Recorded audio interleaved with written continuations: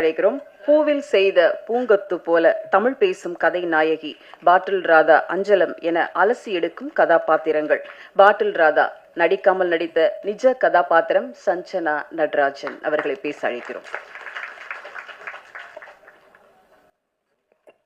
First of all இங்கே வந்திருக்க எல்லாருக்கும் ஒரு பெரிய வணக்கம். பார்க்குறவங்க எல்லாருமே வந்து ஜென்ரலாக சார்பட்டாவில் நீங்கள் அந்த கேரக்டர் பண்ணியிருக்கீங்களா, சார்பட்டா. ஸோ எனக்கு கடந்த ஒரு 2-3 இயர்ஸாக அந்த கோவிடுக்கு அப்புறம் என் காதில் கேட்டது எல்லாமே சார்பட்டா தான். அதுக்கப்புறமா நான் ரொம்ப எதிர்பார்த்து ரொம்ப காத்துக்கிட்டு இருந்த ஒரு படம் திருப்பியும் பாரஞ்சித் சார்கிட்டேருந்து வந்தது. பட் அவரோட ப்ரொடக்ஷன்லேருந்து. ஸோ நான் இந்த ஸ்டேஜை ஃபஸ்ட்டு தேங்க்ஸ் சொல்லி ஸ்டார்ட் பண்ணணும்னு நினைக்கிறேன்னா அது பாரஞ்சித் சாருக்கு. ஒன்ஸ் இல்லை ட்வைஸ் ரொம்ப ரொம்ப ட்ரஸ்ட் பண்ணி அவ்வளோ பெரிய ஒரு ரெஸ்பான்சிபிலிட்டியை எனக்கு கொடுத்து வச்சுருக்காரு சார். நான் உங்கள் பேரை காப்பாற்றிருக்கேன்னு நினைக்கிறேன். ரொம்ப நன்றி. அண்ட் அதுக்கப்புறமா நான் ரொம்ப எதிர்பார்த்துட்டு இருந்த ஒரு படம் பாட்டில் குடி பழக்கத்தினால எப்படி ஒருத்தரோட வாழ்க்கை மாறி போகும், குடின்னு பற்றியே நம்ம ரொம்ப பேசிக்கிட்டு இருக்க டைமில் நான் பாட்டில் எனக்கு கற்றுக் கொடுத்த ஒரு விஷயம் என்னென்னா, நான் பாட்டில் ஷூட் பண்ணும்போது ஒரு 2-3 படம் ஷூட் பண்ணிட்டு இருந்தேன் சைமல்டேனியஸாக. ஒரு 3-4 மந்த்ஸ் அப்படியே ரொம்ப பிஸியாக போயிட்டு இருந்தது. ரொம்ப சந்தோஷமாக இருந்தது. இப்போ இந்த மாதிரிலாம் திருப்பி ஒரு சான்ஸ் கிடைக்குமா, அப்படியே 3 ஃபிலிம்ஸ் திருப்பி பண்ணிகிட்டே இருக்குமே, நம்ம பாட்டிலேருந்து இன்னொரு செட்டுக்கு போகிறோம், அங்கேருந்து இன்னொரு செட்டு. பட் அதை யோசிச்சு பார்த்துட்டே இருக்கிற டைமில் ஒரு சோகமும் கூடவே அது ஏன் தெரியல, அது ஒரு பழக்கம்னு நினைக்கிறேன் நமக்கெல்லாம். இவ்வளோ நல்லதாக ஒரு விஷயம் நடக்குது, இதுக்கப்புறம் எதுவுமே இல்லைன்னா ரொம்ப சோகம் இருக்கும் அப்படின்னு ரொம்ப நினச்சிட்டே இருந்தேன். கட்டு அதே மாதிரி கொஞ்ச நாள் கழிச்சு ஷூட்டெல்லாம் முடிஞ்சுது, ஒரு படமாக வந்தது, வேறு எந்த வேலையும் இல்லை. பட் அதுக்கப்புறம் திருப்பியும் பாட்டில் என்னோடய லைஃப்பில் வந்தது. படம் முடிச்சு எல்லோரும் ஒவ்வொருத்தராக படம் பார்த்துட்டு, நான் பர்சனலாக இன்னும் படம் பார்க்கல. ஸோ படம் எப்படி வந்திருக்கு என்ன எதுவுமே எனக்கு தெரியாது. பட் நான் அந்த எக்ஸ்பீரியன்ஸ்லேருந்து நான் எதிர்பார்த்துட்டு இருந்த விஷயம் எல்லாம் படம் ரிலீஸ் ஆகிறதுக்கும் ஒரு 10 நாள் 15 நாளைக்குள்ளேயே எனக்கு அவ்வளோ ஃபோன் கால்ஸ் வந்திருக்கு, அவ்வளோ பேர்கிட்ட இந்த அப்ரிசியேஷன். பட் அதுக்கெல்லாம் எப்படி ரியாக்ட் பண்ணுறதுன்னு கூட நான் இன்னும் கற்றுக்கல. அதுக்குள்ளேயே இங்கே ப்ரெஸ் மீட் வர ஆரம்பிச்சிருச்சு. 24th வரப்போகுது, படம் ரிலீஸ் ஆக போகுது. ஸோ இதுக்கெல்லாம் நான் ஒரே ஒருத்தருக்கு தேங்க்ஸ் சொல்லணும்னா எங்களோட டைரக்டர்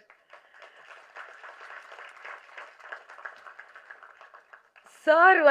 எப்படின்னா பாரஞ்சித் சார் எப்படி சார்பட்டா எனக்கு கொடுத்து என் லைஃப்பை சேஞ்ச் பண்ணாரோ, பாட்டில் கொடுத்து சார் ஐ திங்க் நீங்கள் என் லைஃப்பை சேஞ்ச் பண்ணியிருக்கீங்கன்னு நினைக்கிறேன். எனக்கு தெரியுது, நான் பேசும்போதே எனக்குள்ளே ஒரு நான் சொல்லும் போதே அப்படியே உடம்பெல்லாம் சூடாகுது. எனக்கு தெரியுது, சரி இதுக்கப்புறம் லைஃப் கொஞ்சம் டிஃப்ரெண்ட்டாக இருக்கும், ஒரு பயங்கரமான ஹோப். அது அவர் எனக்கு மட்டும் கொடுக்கல, இந்த படம் மூலியமாக பார்க்குறவங்க எல்லாருக்குமே கொடுக்க போகிறாரு.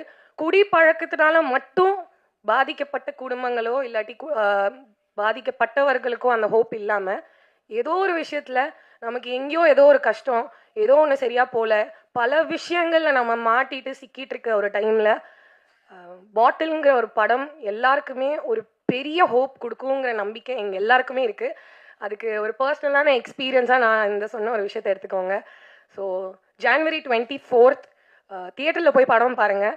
அதுக்கப்புறம் என் கூட நடித்தவங்க ஷான் ரால்டன் அண்ட் இவ்வளோ பெரிய பெரிய டைரக்டர்ஸ், நான் அவங்களோட படம்லாம் பார்த்து டிவியில் பார்த்து தியேட்டரில் போய் பார்த்துட்டு அவ்வளோ சந்தோஷமாக பார்த்துட்டு இருந்த ஒரு டைமில் இப்போது எங்களோட படத்துக்காக இப்படி உட்காந்து சப்போர்ட் கொடுக்குறாங்கங்கிறத நினைக்கும் போது ரொம்ப பெருமையாக இருக்குது.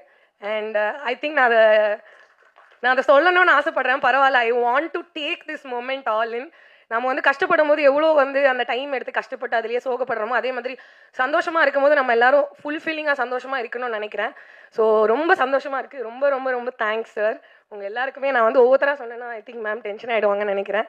ஸோ இங்கே வந்திருக்கிற எல்லாருக்குமே, பாட்டில் ராதாக்கு சப்போர்ட் கொடுத்த எல்லாருக்குமே ரொம்ப ரொம்ப ரொம்ப நன்றி. January 24th படம் ரிலீஸ் ஆகுது.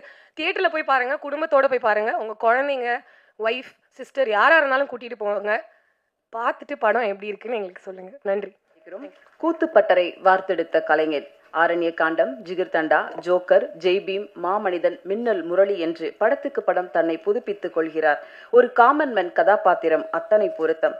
பாட்டில் ராதா படம் ராதா மாறி, இவர் வேற மாறி. குரு சோமசுந்தரம் அவர்களை பேச அழைக்கிறோம்.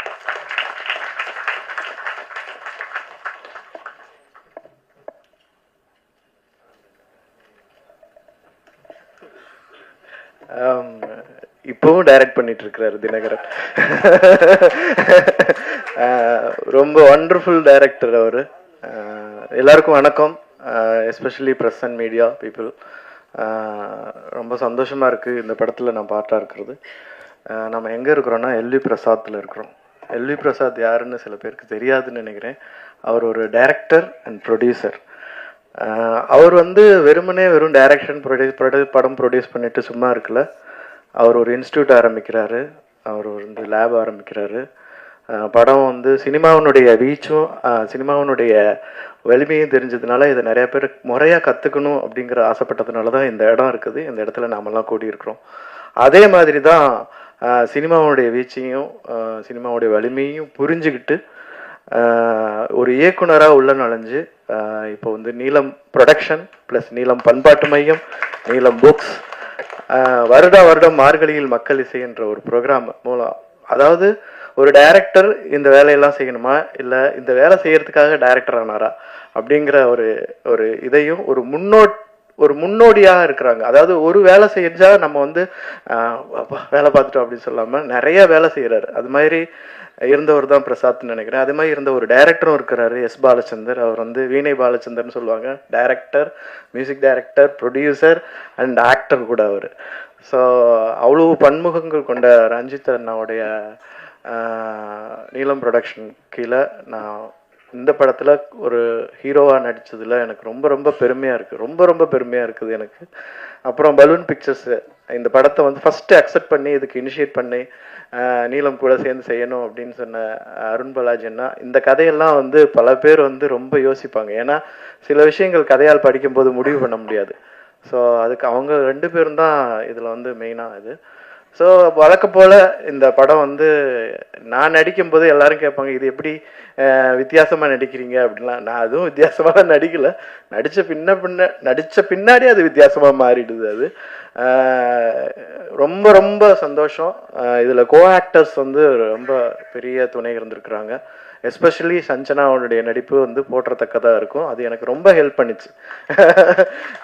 ஒரு கோ ஆக்டர் மூலமாக இன்னொரு ஆக்டர் அதுலேருந்து ஒரு இது வர்றதுங்கிறது ஒரு ஒரு அது சும்மா நடந்துடாது. அந்த வகையில் தினகருடைய உழைப்பு என்னால் எப்படி சொல்கிறதுனே தெரியல. ஃப்ரம் A to Z வரைக்கும் ஒரு நிறைய வேலை பார்த்தாரு. Very organic director. ரொம்ப ரொம்ப ஆர்கானிக்காக இந்த வேலையை கொடுத்தாரு. ஏன்னா சில சமயம் சில மீட்டிங் நடக்கிற மாதிரி சீன் நடக்கும். நாம் நினைப்போம் நிஜமாலுமே மீட்டிங் நடக்குது போல இருக்குங்க, நம்ம இன்னும் இங்கே உட்காந்துருக்கோம், நம்ம மீட்டிங் போகணும் அப்படிங்கிற ஒரு எண்ணத்தை உண்டாக்கிடுவார். அந்த ஒரு ஆர்கானிக் அந்த ஃப்ளேவரே வந்துடும். நம்ம ஒரு டி அடிக்ஷன் சென்டரில் இருக்கிறோன்னா நிஜமாலுமே பல பேர் அந்த ஒரு 10-15 நாள் அங்கே ஒர்க் பண்ண பின்னாடி ஃபர்ஸ்ட் நாளை விட ஒரு 15 நாளுக்கு அப்புறம் எல்லாரும் தெளிச்சி ஆயிட்டோம். ஃபேஸ் எல்லாம் தெளிவாக இருக்குது. ஏன்னா ஒரு இடத்துலயே இருக்கிறோம், நல்ல சாப்பாடு கிடைக்குது. ஸோ அந்த மாதிரி ஒரு அதாவது சொல்லுவாங்க, ஆக்டர் நடிக்கிறதுக்கான எக்காலஜியை நீங்கள் கிரியேட் பண்ணி கொடுத்துட்டீங்கன்னா எல்லாருமே நடிக்க முடியும் அப்படிங்கிற அந்த வகையில் ரொம்ப அழகாக அந்த எக்காலஜியை தினகரன் உருவாக்கி கொடுத்தாரு. அந்த சூழ்நிலையை உருவாக்கி கொடுத்தாரு. அது எல்லாருக்குமே அந்த நம்மளால ஓபி அடிக்க முடியாது. என்ன அவருக்கு தானே க்ளோஸ் போகுது, நம்ம இப்படி ஓரமா உக்காந்துக்கலானே, இல்லை அவங்க அங்க போய் உக்காந்தாதான் நமக்கு வருது அப்படிங்கிற அந்த அளவுக்கு ஒரு எக்காலஜி கிரியேட் பண்ணாரு. எனக்கு ரொம்ப பிடிச்சிருந்தது. இந்த படம் எல்லாரும் பார்க்கணும்னு ஆசைப்படுறேன். எல்லாரும் பார்க்கணுங்கிறதுக்காக சில வேலைகளும் செஞ்சுருக்கிறேன். அது சக்ஸஸ் ஆகிருக்கிறது படம் பார்த்தவங்க சொன்னதுலேருந்து அது சக்ஸஸ் ஆகிருக்குன்னு நினைக்கிறேன். ஏன்னா நான் ஒரு படிப்படியாக வளர்றேங்கிறத நம்புகிறேன். ஏன்னா வெறும் ஆக்டிங் வெறும் எமோஷன்லேருந்து வர ஆரம்பிச்சுது, ஒரு ஆசையிலேருந்து வர ஆரம்பிச்சது. ஏன்னா சத்தியமாக நான் சொல்கிறேன், நான் நடிகன் ஆகணும்னு கனவுல கூட நினச்சது கிடையாது. என்னுடைய காலேஜ் டேஸ் ஆகட்டும், ஸ்கூல் டேஸ் ஆகட்டும், என் ஃப்ரெண்ட்ஸ் ஆகட்டும், யாருமே நம்ப மாட்டாங்க. சோமா நீ நடிக்கிறியா அப்படின்னு நானே என் கண்ணாடி பார்த்து சொல்லிக்குவேன். அந்த மாதிரி அப்படி தான் நான் கூத்துப்பட்டறைக்குள்ளே வந்தேன். எனக்கு வேலை செய்ய தெரியும். எந்த வேலை கொடுத்தாலும் செய்வேன். இப்போ நான் இந்த படம் மூலமாக ஒரு 2-3 பேருக்கு ரொம்ப நன்றி சொல்லிக்கிறேன். ஒன்று இந்த படம் எழுதினதுக்காக தினகரன் அண்ணனுக்கு, ப்ரொடியூஸ் பண்ணதுக்காக நீலம் மற்றும் பலூன் பிக்சர் அவங்களுக்கு. அப்புறம் என்னுடைய மேக்கப் மேன் அவர் அப்போ இருந்தார். அவர் பேர் லிபின். நான் ஒரு பீரியடில் நிறைய படம் பண்ண ஆரம்பிக்கும் போது எனக்கு ஒரு ஒரு ஒரு ப்ரொஃபஷனலிசம் வர ஆரம்பிச்சுது. So I started to choreograph the acting. ஏன்னா திரும்ப டேக்கு கேட்குறாங்க அப்படிங்கும்போது கொரியோகிராஃபர்ஸ் தான் அதே ஸ்டெப்பை திரும்ப அடிப்பாங்க. அந்த மாதிரி I started to choreograph the acting. At the same time வந்து ஒரு இன்ட்யூஷனாக அந்த டயத்தில் என்ன எமோஷன் வருது ரிலேட்டட் டு த கேரக்டர், அதுக்கான கேட்டை திறந்து வச்சுட்டு தான் நான் அந்த வேலையை செஞ்சேன். அந்த மாதிரி தான் இந்த படம் பண்ணேன். அதில் வந்து ரொம்ப ஹெல்ப் பண்ணது வந்து அதனுடைய மேக்கப் மேன். அவர் இல்லைன்னா அந்த எஃபெக்ட் எல்லாரும் சொன்னாங்க படம் பார்த்தவங்க, அது எப்படியா அப்படிங்கிற. ஸோ அவருக்கு மிகப்பெரிய நன்றி. இந்த படம் மிகப்பெரிய வெற்றி பெறுங்கிற நம்பிக்கை எனக்கு நிறையா இருக்குது. மீடியாவான நீங்கள் வந்து இதை கண்டிப்பாக கொண்டு போய் சேர்க்கணும். தேங்க்யூ. எல்லாருக்கும் வணக்கம். கொஞ்சம் பதட்டமாக இருக்குது, என்ன பேசுறதுன்னு தெரியல. ஏன்னா நம்ம யாரை பார்த்து சினிமா கற்றுக்கிட்டோமோ, யாரை பார்த்து இயக்குனர் ஆகணும், நடிகன் ஆகணும்னு நினச்சோமோ, அவங்க எல்லாருமே இங்கே ஒரே இடத்துல இருக்கிறது வந்து ரொம்ப சந்தோஷமாக இருக்குது. இந்த மேடை மட்டும் இல்லை, இதுக்கப்புறம் எத்தனை மேடை ஏறினாலும் அந்த அனைத்து மேடைகளும் வந்து தினகரன் சிவலிங்கம் அவருக்கு நான் நன்றி சொல்கிற மேடையாக தான் இருக்கும். ஏன்னா இந்த இடத்துல நான் நிற்கிறதுக்கும் ஜமா பண்ணுறதுக்கும் முக்கியமான காரணம் வந்து தினகர் சார் தான். லைஃப்பில் என்னடா பண்ண போகிறோம் அப்படின்னும் போதெல்லாம் வந்து நமக்கு ஒரு டார்லிங் ஏஞ்சலாக லைஃப்பில் அவர் எப்பயுமே வந்திருக்காரு. 2013 ஆக்டிங் கிளாஸில் இருக்கும்போது என்னடா பண்ண போகிறோம் அப்படின்னு. இப்போ எங்கள் ஊர்லலாம் சொல்லுவாங்க, எங்கள் ஊரில் நடிக்க போகிறேன்னு சொன்னப்போ ஒரு அண்ணன் வந்து சொன்னார், என்னடா நடிக்க போகிறேங்கிற, இந்த கலரில் இருக்க, வெள்ளையாக இருந்தால் தான்டா சினிமாவில் எடுப்பாங்க அப்படின்னு வந்து சொன்னார். ஆனால் தினகர் சார் வந்து நீ கருப்பாக இருக்க, அதனால என் ஷார்ட் ஃபிலிமில் ஒன்று லீடாக நடிக்க வைக்கிறேன் அப்படின்னு சொன்னார். அப்படி வந்து முதல் நம்பிக்கையை வந்து என் லைஃப்பில் விதைச்சது வந்து தினகர் சாரும், அந்த ஷார்ட் ஃபிலிம் ப்ரொடியூஸ் பண்ணது வந்து ரஞ்சித் சார். இன்னைக்கு வந்து அதே ரஞ்சித் சாரோட ப்ரொடக்ஷனில் தினகர் சாரோட டைரக்ஷனில் பாட்டில் ராதா ரொம்ப சந்தோஷமாக இருக்குது. அதில் இருந்தவங்க எல்லாருமே வந்து இன்றைக்கி ரொம்ப அந்த ஷார்ட் ஃபிலிமில் இருந்தவங்க எல்லாருமே வந்து பயங்கர பெரிய ஆளுமையாக அந்த ஸ்டேஜில் உட்காந்துருக்காங்க. தினகர் சார், ஜெயண்ணா, அதே மாதிரி பாட்டில் ராதா படம் வந்து எனக்கு ரொம்ப ரொம்ப முக்கியமான ஒரு ஃபிலிமாக இருந்தது. ரொம்ப ஃபிசிக்கலி ட்ரெயின் ஆகிற மாதிரி கிட்டத்தட்ட ஒரு 16 கிலோ இந்த படத்துக்காக நான் குறைச்சேன். எனக்கு ஸ்க்ரீனில் பார்க்கும்போது எனக்கே என்ன அடையாளம் தெரிய மாட்டேங்குது. அந்தளவுக்கு வந்து ஒரு பெரிய டிரான்ஸ்ஃபர்மேஷனாக இருந்தது. அது ஏன் வந்து முக்கியமாக அந்த வெயிட் குறைக்கிறதுக்கு வந்து ஒரு டேரக்டரும் சொல்லிட்டு விட்டுருவாங்க, நீ வெயிட் குறைக்கணும் இது பண்ணணுன்னு. என்னை கான்ஸ்டண்ட்டாக வந்து மானிட்டர் பண்ணி ஒழுங்காக டயட் இருக்கானா இது பண்ணுறானா அப்படின்னு அதுக்கெல்லாம் பெரிய ஹெல்ப்ஃபுல்லாக இருந்த கோ டைரக்டர் கோபி அண்ணாக்கு வந்து தேங்க்யூ சொல்லிக்கிறேன். ரொம்ப சந்தோஷமாக நிறைய ப்ரிப்பேர் பண்ணணுன்னு கிட்டத்தட்ட பேசணுன்ட்டு ஒரு வாரமாக ப்ரிப்பேர் பண்ணிட்டு வந்தேன். ஆனால் இந்த இடத்துக்கு வந்தோடனே எதுவுமே பேசவே முடியல. இந்த வாய்ப்பளித்த தினகர் சாருக்கும் என்னோட கூட சக நடிகர்கள் குரு சோமசுந்தரம் சார், சஞ்சனா, அவங்களெல்லாம் வந்து அவங்க கூட நடித்தது வந்து ரொம்ப பெருமையாக சந்தோஷமாக நினைக்கிறேன். இங்கே நிறைய இயக்குநர்கள் இங்கே இந்த ஸ்டேஜில் இருக்காங்க. இதே மாதிரி ஒரு வெற்றிமாறன் சார் படத்தில் வந்து அவர் மேடையில் நடிகனா ஒரு நாள் பேசிட்டேன்னா, ரஞ்சித் சாரோட படத்தில் நடிகனா பேசிட்டேன்னா அன்றைக்கி பிறவி பயன் அடைஞ்சிரும்னு நினைக்கிறேன். இந்த மேடையை ஒரு வாய்ப்பாக பயன்படுத்திக்கிறேன். இந்த ஜம்மா படத்தை வந்து மக்கள்கிட்ட கொண்டு போய் சேர்த்த ப்ரெஸ் அண்ட் மீடியாவுக்கு வந்து ரொம்ப நன்றி. அதே மாதிரி இந்த பாட்டில் ராதா படத்தையும் எவ்வளோக்கு எவ்வளோ மக்கள்கிட்ட கொண்டு போய் சேர்க்க முடியுமோ கொண்டு போய் சேர்க்கணும். ஏன்னா வந்து இது ஒரு ஹானஸ்டான அட்டம்ப்ட். ஏன்னா இந்த படம் பார்த்துட்டு நான் வந்து அவ்வளோ அழுதேன். எனக்கு அது கிட்டத்தட்ட நைட்டு 10 மணிக்கு படம் முடிச்சுன்னா நைட்டு 1:30 மணி வரைக்கும் அழுதுட்டு இருந்தேன். ஏன்னா பர்சனலாக வந்து அப்படி ஒரு கனெக்ட் இருந்தது. குடினால் அஃபெக்ட் ஆன ஒரு குடும்பத்துக்கும் வந்து இது ரொம்ப முக்கியமான ஒரு ஃபிலிமாக வந்து இது இருக்கும். இதை கண்டிப்பாக மக்கள்கிட்ட போய் கொண்டு போய் சேருங்க. எவ்வளோ படங்கள் வந்தாலும் பாட்டில் ராதா ஒரு முக்கியமான ஃபிலிமாக இருக்கும். எத்தனை இயக்குநர்கள் வந்தாலும் தினகர் வந்து ஒரு முக்கியமான டைரக்டராக இருப்பாருன்னு சொல்லி எல்லாருக்கும் நன்றி தெரிவிக்கிறேன். தேங்க்யூ. அனைவருக்கும் வணக்கம். நான் வந்து ஒரு 20-30 வருஷத்துக்கு முன்னாடி தமிழ் அது உலக சினிமா புக்கெல்லாம் வாங்கி நிறைய படிப்பேன். எனக்கு படிக்கிற ஆர்வம்லாம் உண்டு. இந்த இடத்துல குடிக்கிற ஆர்வம் உண்டான்னு கேட்கக்கூடாது, படிக்கிற ஆர்வம் மட்டும்தான் உண்டு. அப்போ வந்து உலக சினிமா கதைகள்லாம் பார்க்கும் போதோ ஆஹா அப்படின்னு சொல்லி நாளை ஒரு 10-15 வருஷம் கழித்து நம்ம தமிழ் சினிமாவே வந்து உலக சினிமாவாக ஆக போகுது, அப்படிப்பட்ட படங்கள்லாம் எடுப்பாங்க அப்படின்னு ஒரு கனவோடு இருந்தேன். அந்த கனவுகளை நிறைவேற்றி இன்றைக்கி புரட்சி படங்களாக கொடுக்குற இயக்குநர்கள்லாம் வந்து அவங்க மத்தியில் நாமளும் வந்திருக்கிறோம் அப்படின்னு நினைக்கும் போது எனக்கு ரொம்ப ரொம்ப சந்தோஷமாக இருக்குது. இந்த சமகாலத்தில் நம்மளும் நடிச்சிட்டு இருக்கிறோம் அப்படிங்கிறது. நான் ஜேபிபி ட்ரெய்லர் அப்போ சொன்னேன். நான் இந்த இடத்துக்கு நான் எப்படி வந்தேன் அதே தான். அப்போ என்ன ஆச்சுன்னா வந்து அதுக்கப்புறம் படம் பாருங்கள், ஏன்னா புதுசு, நம்ம வந்து சும்மா ஜாலியாக காமெடி எல்லாரையும் கலாச்சின்னு அப்படி போயிடுவேன். சரி நம்மளும் நடிக்க முடியும் அப்படின்னு சொல்லி தயாரிப்பாளரும் டைரக்டர் சுரேஷ் சாரும் வந்து என்ன நடிக்க வச்சு இன்னைக்கு எங்கே வெளியில் யார் பார்த்தாலும் ஜே பேபி அப்படின்னு ஒரு அடையாளத்தோடு என்னை வந்து பார்க்க வராங்கன்னு ஆச்சரியமாக இருக்குது. சின்ன பசங்க முதல் கொண்டு எனக்கு ஒரு பெரிய அடையாளமாக அந்த இது இருந்தது. எப்படி ஜே பேபி அவங்க வீட்டுக்கு நான் வந்தனோ, கொஞ்சம் பக்கத்து வீட்டு பாட்டில் விடாத வீட்டுக்கு வந்துருங்க அப்படின்னு எங்கள் கூட்டின்னு வந்து சென்ட்ரலில் விட்டாங்க.